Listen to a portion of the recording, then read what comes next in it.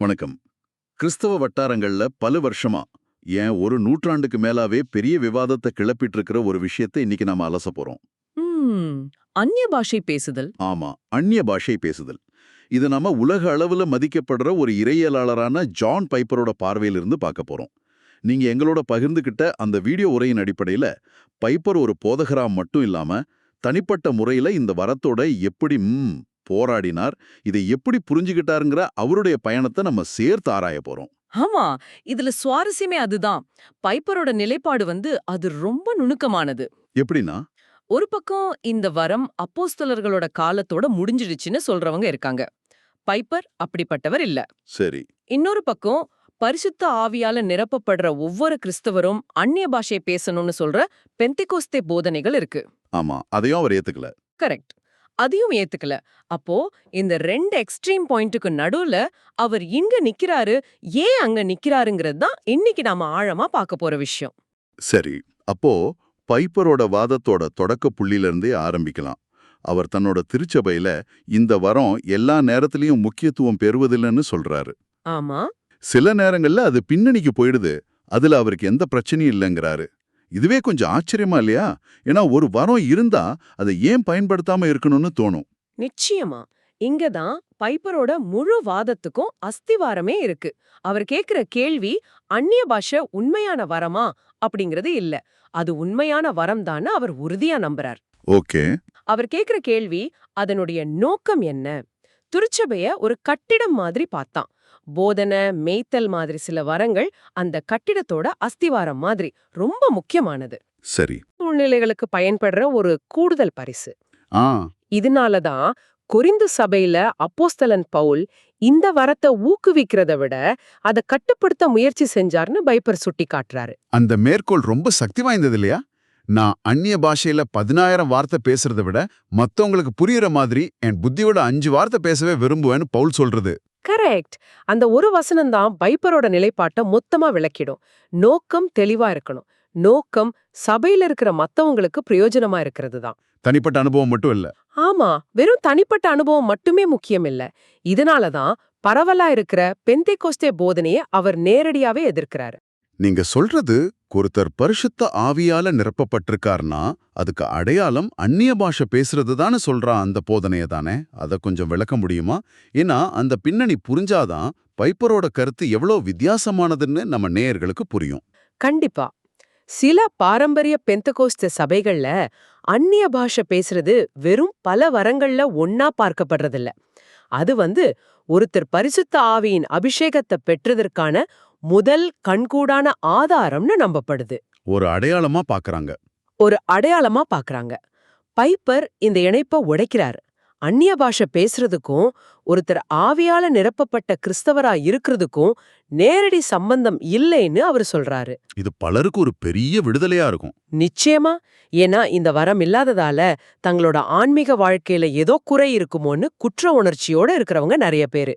பைப்பரை பொறுத்தவரை இது ஒரு பரிசு, விசுவாசத்துக்கான பரீட்சை இல்ல. ஓகே, இப்போதான் விஷயம் இன்னும் சுவாரஸ்யமா மாறுது. நீங்க அனுப்பின குறிப்புகள்ல பைப்பர் அந்நிய பாஷைகள்னு பன்மையில சொல்றதுக்கு ஒரு காரணம் இருக்குன்னு சொல்லியிருக்கீங்க. அவர் இத ஒரே விஷயமா பார்க்காம 2 அழகழகான வகைய பிரிக்கிறார். அது என்ன? ஆமா, இந்த வேறுபாடு ரொம்ப முக்கியம். வகைய இறையியலாளர்கள் ஜீனோக்ளாசியான்னு சொல்லுவாங்க. ஜீனோக்ளாசியா. ஆமா, இது 2 கிரீக்க வார்த்தைகள்லேருந்து வருது. ஜீனோன்னா அந்நிய அல்லது ஃபாரின், கிளாசியான்னா மொழி அல்லது டங். இத கடவுள் கொடுக்கிற ஒரு மொழிபெயர்ப்பு ஷார்ட்கட்னு வச்சுக்கலாம். ஒரு உதாரணம் சொல்லுங்களேன். ஒரு மிஷனரி சைனாவுக்கு போறார். அவருக்கு மாண்டரின் மொழி ஒரு வார்த்தை கூட தெரியாது. ஆனா அங்க இருக்கிற மக்கள் முன்னாடி பேச ஆரம்பிக்கும்போது அவர் வாயிலிருந்து தங்கு தடையின்றி மாண்டரின் மொழி வருது. இதுதான் ஜீனோக்ளாசியா. ஓ. அதாவது பேசுறவருக்கு தெரியாத, ஆனா பூமியில இருக்கிற கேக்குறவங்களுக்கு புரியுற ஒரு உண்மையான மனித மொழி.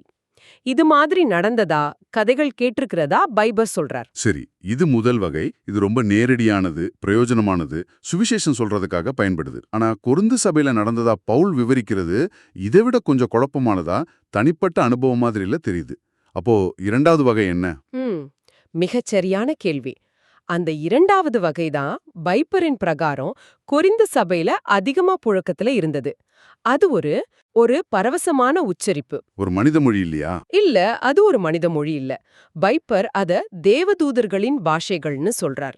ஒருத்தரோட இதயம் கடவுளோட பிரசன்னத்தால நிரம்பி வழியும்போது வார்த்தைகளால அதை விவரிக்க முடியாம அவங்க நாக்குல இருந்து வர்ற அர்த்தமற்ற ஆனா ஆன்மீக ரீதியா அர்த்தமுள்ள ஒலிகள்னு இத சொல்லலாம். ஓஹோ. இது மத்தவங்களுக்கு புரியாது, ஆனா பேசுற அந்த தனி நபருக்கு ஒரு பெரிய ஆவிக்குரிய பலத்தை கொடுக்கும். அவங்களோட ஆவியை அது கட்டி எழுப்பும்.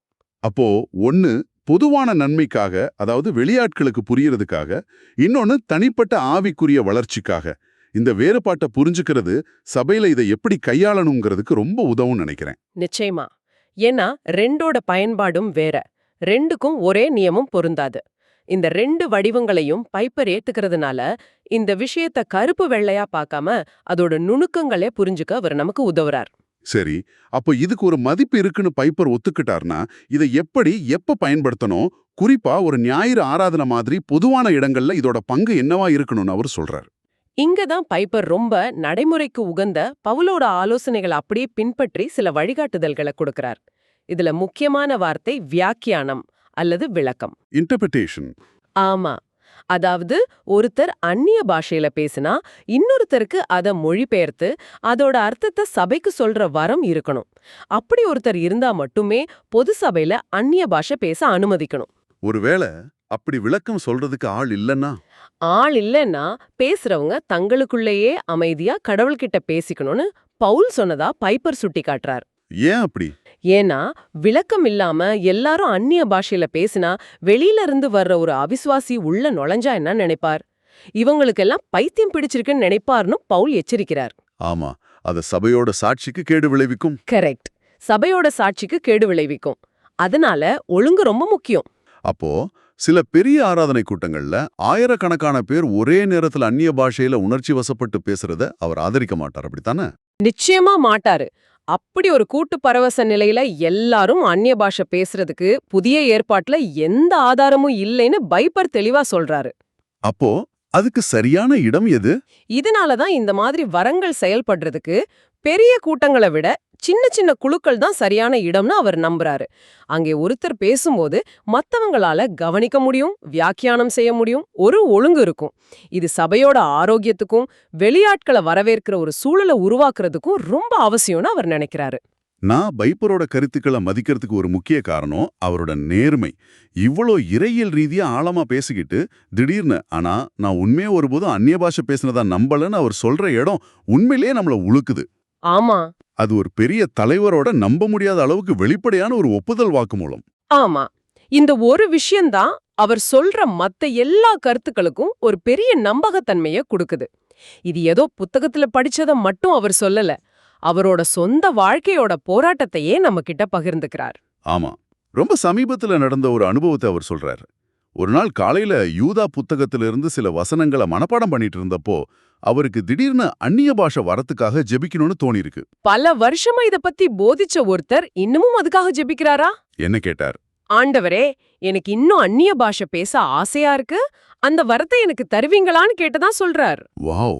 ஒரு சின்ன குழந்தை தான் அப்பா கிட்ட ஒரு பொம்மையை கேக்குற மாதிரி அவ்வளவு எளிமையா நேர்மையா கேட்டிருக்கிறாரு.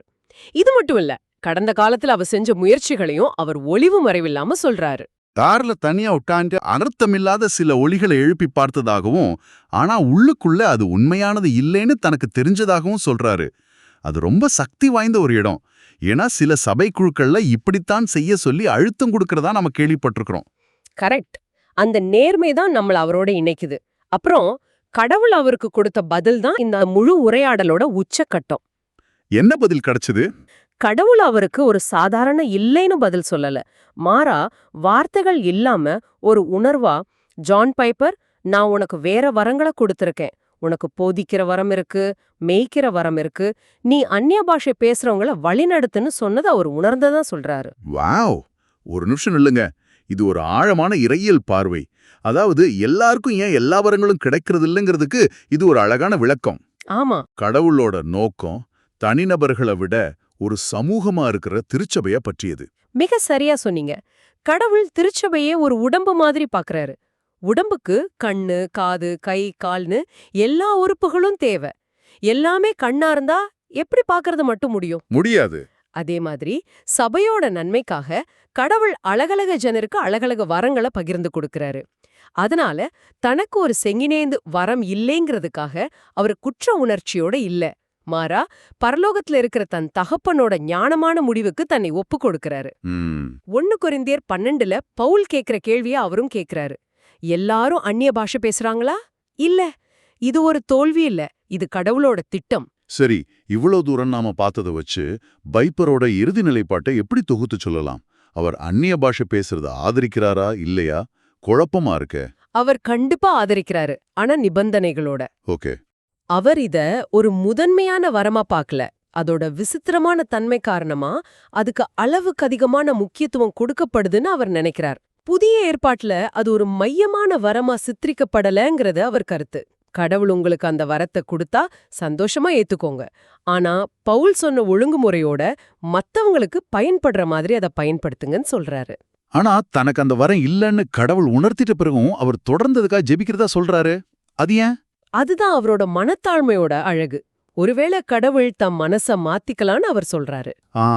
தங்கூட இருக்கிற சகோதர சகோதரிகளுக்கு கிடைச்சிருக்கிற ஒரு நல்ல பரிசு தனக்கும் வேணும்னு ஒரு குழந்தை கேக்குற மாதிரி அவர் தொடர்ந்து கேக்குறாரு. ஒருவேளை அந்த வரம் கிடைச்சா எனக்கு தலக்கணம் வந்துடலாம் அல்லது நான் அதை தவறா பயன்படுத்திடலான்னு கடவுளுக்கு தெரியும். அதனால அவர் கொடுக்காம இருக்கலாம். அது அவருடைய விருப்பம்னு சொல்றாரு.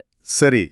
அந்த ஏத்துக்கிற மனப்பான்மை தான் அவரோட போதனையிலிருந்து நாம கத்துக்க வேண்டிய மிக முக்கியமான பாடம்.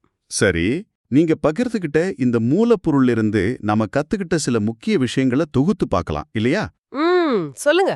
ஜான் பைப்பரோட பார்வையில அந்நிய பாஷை பேசுதல்ங்கிறது இன்னைக்கும் இருக்கிற ஒரு உண்மையான கிறிஸ்தவ வரம். ஆனா அது ஒரு அஸ்திவாரமான முதன்மையான வரம் இல்ல. கரெக்ட். அதோட பொதுவான பயன்பாடு கண்டிப்பா ஒழுங்கோடும் வியாக்கியானத்தோடும் இருக்கணும். அப்போதான் அது சபையை கட்டி எழுப்பும். ஆமா. அது மட்டும் இல்லாம அவரோட தனிப்பட்ட அனுபவம் நமக்கு ஒரு பெரிய இறையியல் உண்மைய காட்டுது. ஆன்மீக வரங்கள் கடவுளால முழு சமுதாயத்தோட நன்மைக்காக பகிர்ந்தளிக்கப்படுது. சரிதான். ஒரு குறிப்பிட்ட வரம் உங்ககிட்ட இல்லைன்னா அது உங்களோட ஆன்மீக வாழ்க்கையில ஒரு தோல்வியோட அடையாளம் இல்ல. அதுக்கு பதிலா கடவுள் உங்களுக்கு கொடுத்திருக்கிற மத்த வரங்கள் என்ன, அதை வச்சு நீங்க எப்படி சபைக்கு சேவை செய்யலான்னு யோசிக்கிறதுக்கு ஒரு அழைப்பு.